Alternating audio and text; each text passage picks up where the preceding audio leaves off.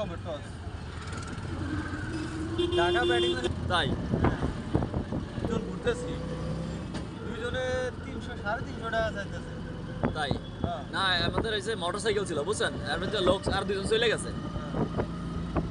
তো মোটরসাইকেল ছিল, আমরা 4 জন দেখে যাইতে পারিনি, যে থাই 2 জন একলা চলে যাই, তার একজন মন খারাপ করবো।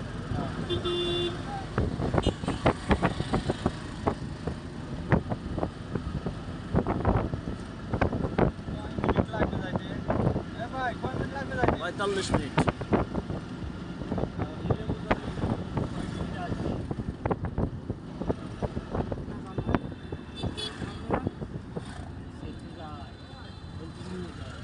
গ্যালারিতে বসে একটা সেলফি তোলাই হচ্ছে একটা মূল উদ্দেশ্য।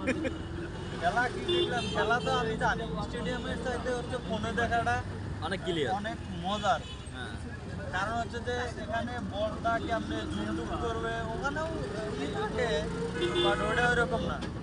আপনি বাস্তবে খেলা দেখতে যাওয়া এটা একটা বিনোদন আর কিছু। হ্যাঁ, বাস্তবে মাঠে দেখতেছেন, আপনি কিন্তু ফুল ফিল করতেছেন না, করতেছেন কত ফোকাস কিন্তু আসে না, কিন্তু ক্যামেরায় ওরা টাইম এগিয়ে নিয়ে আসে।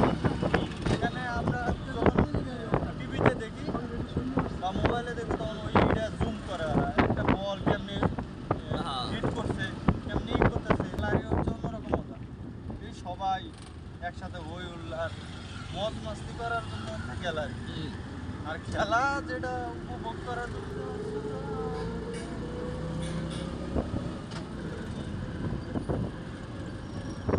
আমি লিফট কার্ডের জন্য বের হয়েছি, নিচে নামছি, হ্যাঁ মুন্সি মাদার তো কি যে করছে, আমার লিফট কার্ডে কারা ফেলছে, আর একটা যেটা আছে ওটা সাইনই নেই কোনো মতো